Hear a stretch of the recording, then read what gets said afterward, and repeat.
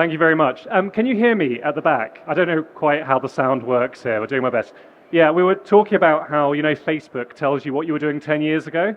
None of mine was bad. It was just incredibly cringy. I was a philosophy student. I was 22 years old, and I desperately wish there was an anti-cringe social media check so I could find it all. Social media checks are becoming more and more common, but they are controversial. People have very strong feelings about them. I don't know if any of you follow Hung Lee on LinkedIn, but you probably saw a post he did recently where people need to remember there are social media checks. The debate below the line got incredibly heated. People have very strong opinions about it. But 21% of recruiters admit to having rejected a candidate on the basis of what was on their social media. Moreover, 90% of organizations in some shape or form do social media checks. So just a quick show of hands. Who thinks we should do social media checks on candidates applying to your business? There's no wrong answer. A few, not many. How many of you think that you should do social media checks regularly on your current employees? One person, two people, not very many. How many of you think that your organization is going to force you to do social media checks on candidates in the future? Much more. Much more. So very quickly, Zinc, we automate background checks. We work with some of the biggest businesses, basically making it all automatic and quick and a really nice candidate experience. We have about 1,000 customers. We work across 195 countries, and that's us. And I'm not really going to talk about us very much at all. So to put it very obviously, social media is everywhere. This is how many users the different main platforms have. So Facebook, 3.1 billion, Instagram, 2.4 billion, LinkedIn, 1 billion, and X, formerly known as Twitter, 660 million. Actually, even the daily users, Facebook, may be surprising to some of you, is still by far the highest. But what's most interesting, I think, is the average amount of time a day people spend on social media in some shape or form, for pleasure, work, or whatever. It's 2 hours and 20 minutes. It's a huge part of people's day-to-day lives. And actually, the percentage of recruiters who use social media as an active part of their recruitment is very high.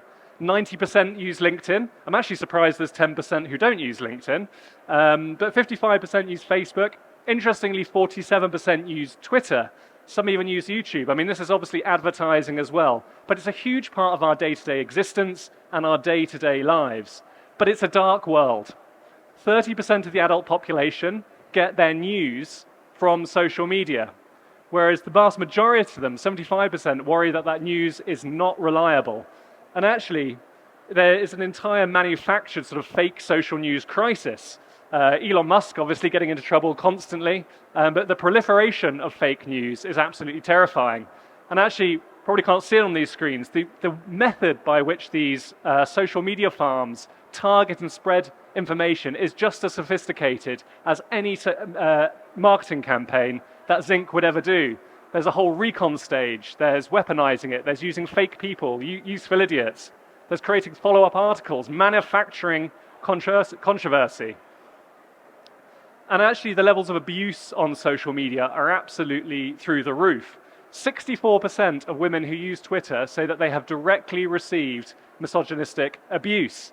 25% Facebook, 20% Instagram. I'm going to return to this graph because there's another interesting trend within it that is worth diving into. And everyone's trying to catch up. So regulators are exploring things like bans on social media for under 18s. Australia is actually plowing ahead with that. We had the first people put in prison for social media posts after the recent riots. And the government's trying to get in control. But the social media, under extreme pressure, are also trying to get under control. So Instagram, for example, just launched teen accounts only a week ago, which has been instantly received with lots of skepticism about whether it's going to do anything useful. Now, what's also the case is that social media platforms are very, very bad at protecting people from abuse. So of all the posts that are tagged as far-right content on Facebook, only 32% are redirected away from people who don't want to see them. So what you have is a situation where we have to be immersed in social media, our candidates are immersed in social media, but it's an incredibly dark, poorly regulated, chaotic environment. And actually, if you look at this graph again, there's something really interesting. You basically see the amount of abuse people are receiving goes down as the social media platform gets closer to the world of work. So on Twitter and Facebook, it's highly prolific. Only, well, I say only, it's actually horrifying. 2% of Slack users have received abuse from there. And that shows you something quite interesting, is that the people who abuse people online are not necessarily showing their faces clearly in the world of work. They are much more open in their personal lives, publicly posting things which we would not deem acceptable, but actually they get slightly better at hiding themselves the closer they get to work, at least for the time being. So what is a social media check in reality? Just a hands up, has anyone ever used a social media check? Like not just gone on to someone, but actually used a social media check in any form? Not a single person. So this is how Zinc does it and what it looks like in the modern day. First, the candidate, with their consent, has a social media check launched on them. AI, artificial intelligence, it was going to be part of every talk in some way, scans all the publicly available posts and endorsements. So if someone has something which they've got between like multi-layers of privacy settings, nothing can and probably should be able to do it. But if they're publicly posting, publicly liking, publicly retweeting things, that's what's going to pick up. Then a human analyst looks over the results and sort of gets rid of sort of false positives, stuff that's totally benign. Maybe someone sort of dropped a couple of F-bombs, but in a nice way, into one of their friends, not an issue. The results are then returned to the relevant decision maker, and that decision maker will always be someone within your own business. Unlike a criminal check or something like that where it's black and white, the interpretation of whether something is acceptable is very much up to your own organization and its policy. So this is the Zinc version, for example. Julie Smith has got all these post flags across these different social media platforms. There's a sort of summary of the sorts of things that are coming up. And then obviously the ability to actually view those flagged posts, to see what they've liked, to see what they've posted, in order to see if that's actually a problem or not a problem. So it could flag up stuff like, imagine if I stabbed and killed you. I cannot stand my idiot co-workers. Probably put that one behind a privacy setting. Drug use, weapons, mixing cocaine and alcohol. Hey Reddit friends, I'm pretty new to the world of drugs, should I do that? So stuff that you kind of want to know about, but also stuff that people have been foolish enough to put public. Now, after those things have been reviewed, you're either complete or clear, or maybe there needs to be further action, depending on what that might be. Now, I'm going to share a story, an anonymized story, of what my turning point was, because most of you don't think that we should be doing social media checks on candidates, and I was very much of the same boat. Slightly embarrassing for someone who heads up revenue in a background checking company, but I felt it was a bit intrusive. I felt it was overkill. And then one moment with one of our customers changed my mind. So large financial services firm, they were doing all the checks that we had available at the time, adverse media, so anything that's public media, criminal, references, etc. But we weren't checking social media. We hadn't developed something that we thought was scalable and good enough. And then they called us up one day and they said, we've hired a Nazi. So what had happened is someone had passed all those references, all those criminal checks, and it turns out when someone was embedded in the organization that they had hired a literal Nazi. I'm not being hyperbolic, I mean someone who campaigns for racial supremacy in the far right. And they said, when are you going to finish your social media check? And we said, really, really soon. So that's kind of the moment that kind of clicked in my head, that actually it's not about snooping on candidates. It's about things that potentially create a genuine risk to your business, the people within it. And we'll talk about some of those risks in a second. But I think with social media checks, we have this idea, it's about snooping. It's actually about risk mitigation. So what sort of risks might we want to mitigate? The first is the safety and well-being of your colleagues and customers. Now, some of you may work within regulated industries where they may be working with children or vulnerable people at the extreme end of the spectrum. But there is an increasing body of evidence that those who are violent and abusive online, that does transfer, not perfectly, but they are far more likely to be that way to people in the real world and their colleagues. Obviously, lots of people are horrible online and are reasonably nice in real life, but of those people who do commit violent acts or abusive behavior, they're almost always abusive online as well and publicly. The second is the company brand. Does anyone remember the HSBC ISIS TikTok disaster? HSBC obviously invests tens of millions, probably bigger budgets than any of us have, into their brand. And then in the middle of the crisis with ISIS about 10 years ago, not 10 years ago, 5 or 6 years ago, they found that 6 of their colleagues had worked together to create TikTok videos of mock executions, much in the way that ISIS was doing it. This was inextricably tied up in HSBC's brand afterwards. Your brand that you spent so much time and energy investing in, you could hire the sort of person who is going to throw that off completely. The third is company culture. People's online behavior isn't perfectly correlated with their offline behavior, but all of you spend huge amounts of time and energy within your interview process, trying to get a glimpse at someone's personality. When the guard's down, when they're out of the interview, how are they going to treat their colleagues? How are they going to interact with people? And protecting that company culture means identifying people who are going to turn into bad actors, even if not in a serious, malicious or illegal way, but generally a bit crappy, before they actually become part of your culture and start to shape that culture.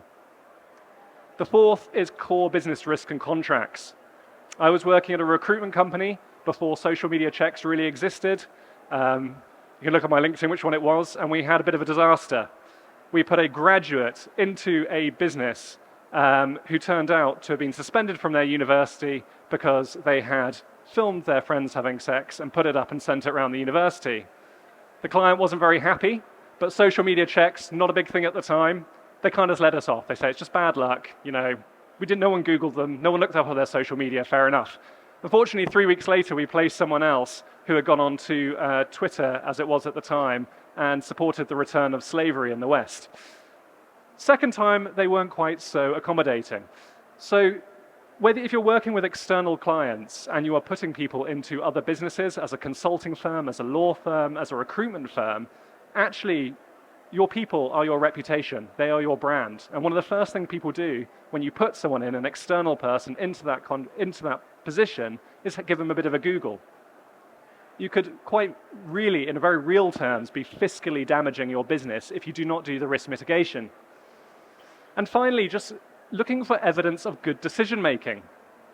There was a big study done recently that found that those who liked or retweeted or posted sexist content would be more likely to rate their female colleagues lower in performance reviews and in hiring decisions. Again, we're going through this entire interview process where we're trying to establish if someone has good judgment or not.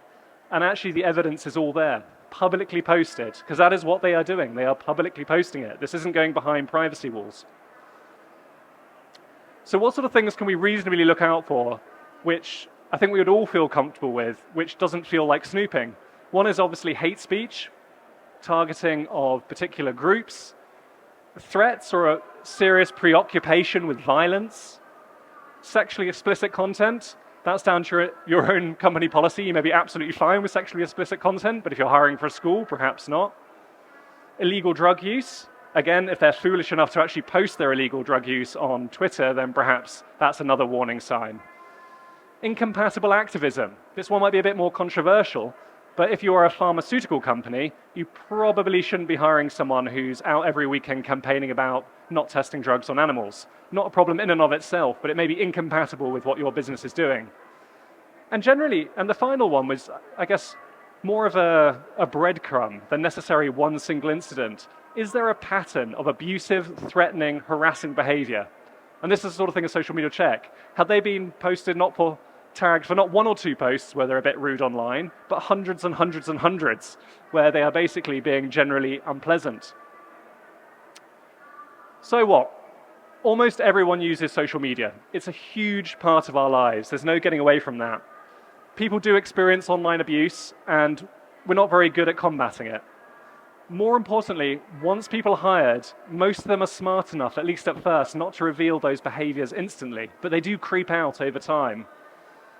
And that online behavior presents real, tangible risks to a company's brand, your reputation as the recruiter, your colleagues, and other customers. So what does the law say? Because I think a lot of people think, okay, we should probably check our people's social media history, but what am I allowed to do? How am I allowed to act on this? So I think I said at the beginning, 21% of recruiters admit to having rejected a candidate on the basis of their social media. But the law is actually pretty clear and pretty favorable. If someone has done something on their social media or any other context, like publishing a book or giving a speech, where they represent a threat by that behavior to your company's brand or to your colleagues, then you do not have to hire them, and you can let them go. I guess where it gets slightly more complicated is, are you liable for your employees' behavior online as a business? Is it your legal responsibility? And bear with me, this is where we got two different legal cases that disagree. So Forbes versus Heathrow and Abanowski versus Garland. Now these cases were exactly the same. In both cases, one colleague was absolutely vicious to another colleague on social media outside office hours. In both cases, what was trying to be established was not whether that person should get fired or not, that's easy, you can fire that person, but whether the company was liable for that type of abuse between two colleagues outside of the workplace. And entirely unhelpfully, they disagreed. So in the Heathrow case, it was decided that as it was not in work hours, it wasn't necessarily that the company was liable for it. In the other case, it was decided that because those people met through work in the place of work, the company was liable. They were in some way responsible for that position, that situation of bullying, essentially, having developed. Now that doesn't necessarily solve your problems. It may make you feel better to know this one was in the UK and the far one was in the US. But actually, UK law is coming into alignment. We're actually quite behind the curve in terms of social media activity. And our own legal analysis suggests that this is the direction of travel, that there will be an essence of company liability for how colleagues act towards each other. If they're bullying someone online, out of the workplace, that is still the business's responsibility at some level. That is probably the direction of travel. The other thing to factor in is that the regulators are starting to demand it. So I don't know if anyone here is regulated by the Financial Conduct Authority. Any financial business here? Yeah, a couple over there. So the FCA, as part of their senior manager certification regime, is not at the moment demanding that you do social media checks, but they are suggesting it. And we're in a transition period where they almost certainly will. Other regulators like Ofgem, Ofsted, the CQC, basically any regulated market, Gambling Commission, are exploring it. It is almost certain that every single business that is regulated in some way by a body will have to do social media checks at some point over the next 5 years. Now, why is this? It's because it's recognized this connection between online behavior and offline behavior. That actually what people reveal in their social media patterns can actually present a avoidable risk to businesses. And in a regulated space where there's often vulnerable people at work, then that's very obvious. But even in a non-regulated space, like the Gambling Commission, for example, you can start to see evidence which allow people to mitigate risks. And that's really what it's about. It's the direction of travel. And in one sense, I guess, if everyone wants to do it or not, I suspect if you're working for a business at a certain size, at some point it is going to become the standard. So what I would suggest is getting ahead of it, writing those policies, starting to work out what that would look like in your organization. But it does need to be done properly. And this is the key thing. You do need to have a policy around it. You can't have people going off just making subjective decisions. I guess the other thing to bring it back to is that 70% of recruiters at the moment are already checking people's social media history. They're doing it as standard, of course, but they're doing it in a way that's completely unstructured, tied to no particular policy, which means that their chances of making a call which is illegitimate, either by law or by your own internal policies, is very, very high. You've got a lot of subjective decision making. And it's the issue with unconscious bias, certainly, but also actually just disagreement, which isn't unconscious at all. So imagine you're at a zoo. Imagine you're at a zoo and the person who is reviewing your social media profile has a serious problem with caged animals and is an activist that zoos are wrong and should be shut down. Because at the moment the checking of social media is so unstructured or subjective, they might make a call. It may not be a conscious call, but they may make a call. It's kind of the Wild West out at the moment. It's not really should we do social media checks, it's that almost everyone is sort of doing social media checks, but only saying snapshots and making very subjective decision making. Now, this text isn't for you because you won't be able to read it. This is to remind me so I don't get the examples of the case wrong. There's another reason why you need a properly informed policy. What if you make a decision that's actually illegal? So again, this is a US example. There are some really good UK examples, but they're a bit controversial for a public talk, but have a Google afterwards. An employee of Pier 60, which is a restaurant company, basically put out a rant on social media publicly about their employer. Now, normally, that would be legitimate grounds to fire someone. However, at that particular time, they were in a dispute with the union. And so it came under the sort of umbrella of this is legitimate discussion of a union dispute. So actually they lost the case and they shouldn't have fired them. So do social media checks, have a proper policy, but also if you're actually going to sack someone, particularly if they're already working for you, then you absolutely need to double check that this is the decision and this is why. It can't be done willy-nilly. So in terms of the future, and that's kind of it from me, is risk mitigation is the word.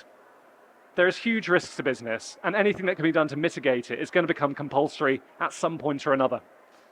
And that is the direction of travel. The regulators are catching up, but you do not have to move as fast as the regulators. I think the third point is where you need to tread carefully, though. The onus of respecting privacy will be on you. You need to gather consent to do social media checks, which is obviously if you use something like Zinc, we get the candidate consent. You have to look at it holistically, not just a snapshot of a particular moment of time, but this is the spread of their social media history. You have to have the evidence and you have to have the examples. So one last thing, and I don't necessarily change any minds, is after that, who thinks we should do social media checks on candidates?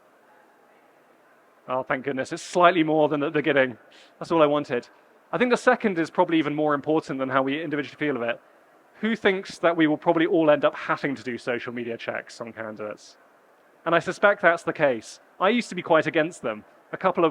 Working in a background checking company, I see so many really bad examples, it's made me quite pro for them. But the reality is, irrespective of how any of us feel about them, it's probably the direction of travel over the next 1, 2, 3, 4, 5 years. But that's me. Thank you very much.